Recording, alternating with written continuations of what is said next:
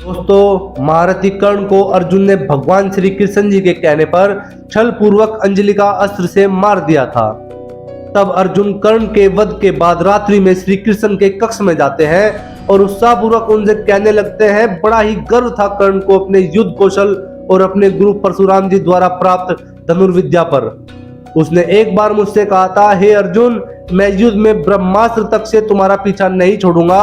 वो सर्वदा खुद को मुझसे श्रेष्ठ साबित करने का प्रयत्न करता था, परंतु वो मेरे बराबर तो क्या, मेरे चरणों की धूल के बराबर भी नहीं था। श्री कृष्ण जी को यह सब सुनकर बहुत आश्चर्य होने लगता है। दोस्तों, अगर आप भी श्री कृष्ण जी के सच्चे भक्त हैं तो हमारे चैनल को सब्सक्राइब अवश्य करें और कमेंट में लिखें जय श्री कृष्णा।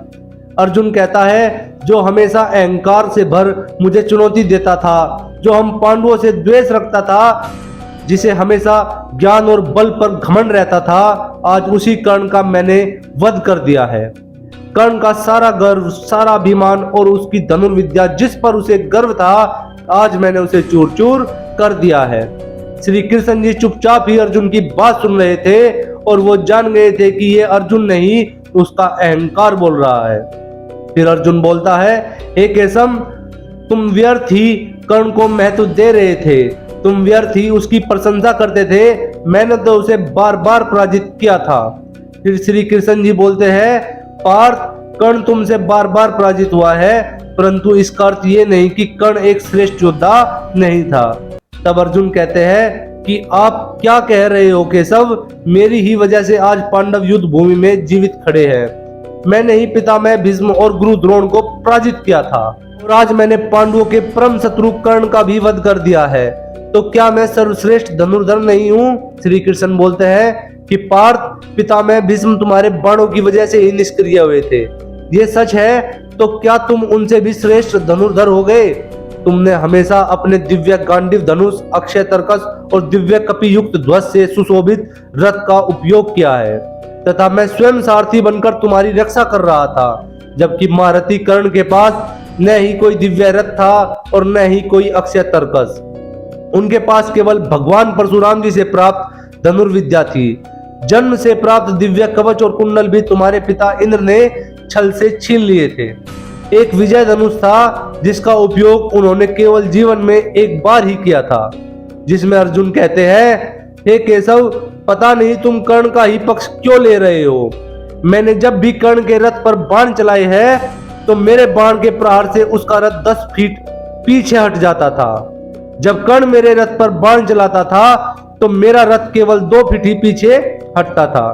फिर भी तुम कर्ण की प्रशंसा में वाह वाह करते थे। क्या दोनों के बाणों के प्रहारों की शक्ति में यह अंदर सिद्ध नहीं करता कि मैं श्रेष्ठ धनुर्धर हूं? फिर श्री कृष्ण जी बोलते हैं कि हे पार्थ, तुम मेरे मित्र हो, तुम मुझे सर्वाधिक प्रिय हो, इसलिए मैंने तुमसे कभी कुछ नहीं छिपाया है। तुम तो मुझे जानते हो कि मैं कौन हूं। फिर अर्जुन हाथ जोड़कर बोलते हैं, हे केशव, मैं जानता हूं कि आप त्रिलोकीनाथ है। फिर भगवान श्री कृष्ण बोलते हैं कि जिस रथ पर मैं स्वयं त्रिलोक का भार लेकर बैठा था, उस रथ को कोई योद्धा जरा सा भी पीछे हटा सकता था। तो फिर कर्ण जब अपने हर प्रहार से तुम्हारे रथ को 2 कदम पीछे हटा देता था और तुम उसके रथ को 10 कदम पीछे हटा देते थे, तो तुम ही निर्णय लो, पार्थ किसके बाणों में लिख सकती थी। और कर्ण की मृत्यु तुम्हारे बाणों से हुई जरूर है, लेकिन तुम बस एक माध्यम थे।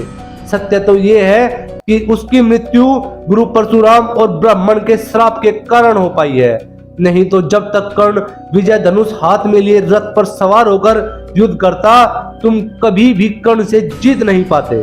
ये मत भूलो पार्थ, जब कर्ण ने अपना सर्प बाण चलाया था, तब मैंने ही तुम्हारे प्राणों की रक्षा के लिए अपने पैर के अंगूठे से रथ को दबाया था, जिससे कर्ण का सर्प बाण तुम्हारे सर पर न लगकर तुम्हारे क्रीट पर जा लगा था। पार्थ, वास्तव में कर्ण तुम्हारा प्रथम शत्रु नहीं है, बल्कि अहंकार तुम्हारा प्रथम शत्रु है, जिसके अधीन होकर तुम बोल रहे हो। तो दोस्तों, इस बात से प्रमाणित होता है कि कर्ण के बाणों में अर्जुन के बाणों से अधिक शक्ति थी। इसका मतलब यह नहीं कि अर्जुन एक श्रेष्ठ योद्धा नहीं था। इस पर आपकी क्या राय है, हमें कमेंट बॉक्स में जरूर बताइए। अगर वीडियो आपको पसंद आई हो तो वीडियो को लाइक करें तथा शेयर करें, साथ ही साथ हमारे चैनल को सब्सक्राइब करना न भूलें। मिलेंगे अगली बार एक और खास जानकारी वाली वीडियो के साथ। तब तक देखते रहिए संपूर्ण ज्ञान का केंद्र स्पिरिचुअल वाइब्स टेक।